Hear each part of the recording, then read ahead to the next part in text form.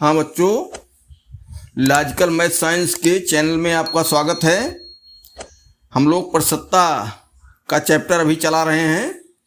इसमें question number 26, एक गांव की आबादी 20% प्रतिवर्ष की दर से घट रही है। यदि 2 वर्ष पूर्व उसकी आबादी 10,000 थी तो वर्तमान आबादी क्या होगी। अब 2 वर्ष पूर्व 10,000 थी और 20% घट रही है, इसका मतलब वर्तमान में आबादी 10,000 से कम होगी। वर्तमान में आबादी 10,000 से कम होगी। देखो, जनसंख्या वाले सवाल ज़्यादातर चक्रवृद्धि मिश्र धन के हिसाब से लगाए जाते हैं। जब घटने की दर या बढ़ने की दर एक ही हो तो चक्रवृद्धि मिश्र धन का सूत्र लगा सकते हैं, और जब घटने या बढ़ने की दर हर वर्ष अलग अलग होती है तो अलग अलग उनको हल करना पड़ता है, अलग अलग रखना पड़ता, सूत्र का प्रयोग तब नहीं होगा। अब चलिए फिर देखिए, एक गांव की आबादी 20% प्रतिवर्ष की दर से घट रही है। 2 वर्ष पूर्व मतलब शुरुआत में 10,000 थी तो वर्तमान आबादी क्या है। अब 20% घट रही है, इसका मतलब 80% रह गई। पहले साल में भी 80% रह गई, जो जनसंख्या थी दूसरे वर्ष में भी 80% रह गई। ऐसा है, डायरेक्ट ये सवाल लगा देना चाहिए। 20% पर लगाएंगे तो 10,000 में से घटाना पड़ेगा 20,000, और अगर प्रतिशत ही घटा लें, 100 में से 20 घटा दें, 80% बची, तो सीधे सीधे सवाल आ जाता है। तो यदि 20% प्रति वर्ष घटती है, इसलिए 80% बचती है। ठीक, इसलिए प्रथम वर्ष के बाद संख्या बराबर 10,000 गुणे 80/100 कर दो। ये शून्य कटा, ये शून्य कटा, ये शून्य, ये शून्य, तो बराबर क्या हो गई, 8,000। ठीक, द्वितीय वर्ष के बाद, द्वितीय वर्ष के बाद बराबर ये 8,000 बची है, तो 8,000 गुणे फिर 80/100, ये शून्य, ये शून्य, ये 8 64 और डबल 0, अर्थात 6,400 जनसंख्या वर्तमान में है।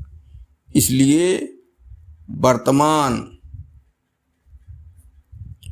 संख्या बराबर 6,400। ठीक, ये ऑप्शन नंबर 20 का सही है।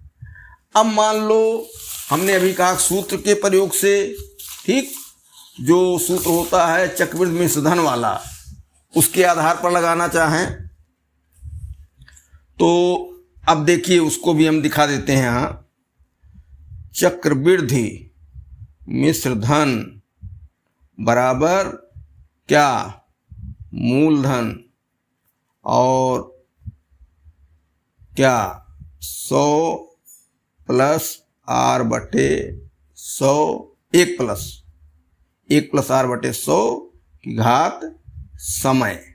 ठीक, तो 2 साल का मामला है, बराबर घटोत्तरी हो रही है। तो जब घटोत्तरी होती है तो यहाँ 1 माइनस r/100 हो जाता है। तो मूल जनसंख्या है 10,000, 1 माइनस 20/100 समय 2, 10,000, और ये 100 माइनस 20 बराबर 80/100 घात 2, और ये 10,000 तो घात 2 है तो 80 गुणे 80 बटे 100 गुणे 100। देखो यही 2 बार किया था। 80 गुणे मतलब जो जनसंख्या थी 10,000 पर एक बार 80 किया, फिर जो बची उस पर फिर 80 किया 2 बार। और वही यहाँ देखो 10,000 पर 80/100 गुणे 10,000 80/100। ठीक, तो एकदम इसी हिसाब से इसका मान भी बराबर आएगा 6400। तो हमारे कहने का मतलब यह है कि अगर घटोत्तरी बढ़ोतरी बराबर हो रही है हर वर्ष तो चक्रवृद्धि मृद्धन के सूत्र से भी जनसंख्या वाले सवाल लग जाएंगे। और अगर अलग अलग जनसंख्या घट बढ़ रही है, कभी 20%, कभी 10%, कभी 15%, तो हर वर्ष का अलग अलग हिसाब लगाएंगे। ठीक, इस तरीके से ये सवाल हो गया। अब कहता है यदि एक नगर की जनसंख्या 64,000 है, 64,000 हो ये वर्तमान की, उसमें 10% वार्षिक वृद्धि हो, 3 वर्षों बाद उस नगर की जनसंख्या कितनी हो जाएगी। अब यहाँ एक बात ये देखना है कि 3 साल लिया है और तीनों साल 10% की वृद्धि होती है, बढ़ोतरियाँ हो रही है, तो जनसंख्या 64,000 से ज़्यादा आएगी।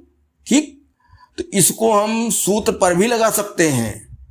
इसको हम लिख देते हैं वर्तमान संख्या बराबर 64,000, वृद्धि बराबर 10% वार्षिक, समय बराबर 3 वर्ष। तो बढ़ करके ज्यादा होगी तो सूत्र में क्या लिखेंगे, मिश्र जनसंख्या, मिश्र जनसंख्या बराबर मूल जनसंख्या, मूल संख्या, और ब्रैकेट में 1 + r/100⁴। अब चूंकि वृद्धि हो रही तो एक धन रहेगा, इसमें घटोत्तरी हो रही थी तो एक ऋण लगाते। तो अब मूल जनसंख्या क्या है 64,000, और ये दर कितनी है 10, एक धन 10/100⁴।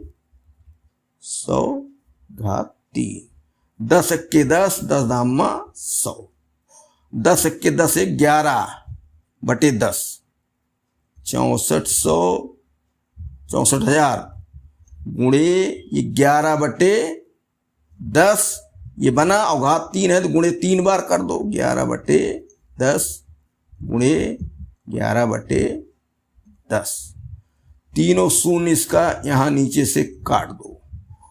और अब बचा 64 गुणे 11 गुणे 11 121 गुणे 11, और ये बराबर हो जाएगा 64 गुणे, अब 11 का गुणा 121 में करेंगे तो ये हो जाएगा 1331। ठीक, और अब 1331 को 64 से गुणा कर देंगे तो आ जाएगा बराबर 85 184। ये हो गई क्या वर्तमान जनसंख्या 3 वर्ष बाद संख्या। ठीक, और नहीं तो यही क्या करते 64,000 गुणे 90/100 नहीं 110/100 करते, 10% बढ़ोतरी है, फिर गुणे 110/100 गुणे 110/100 3 बार करते तो भी वही आती बात। इसको दोनों से समझे रहो।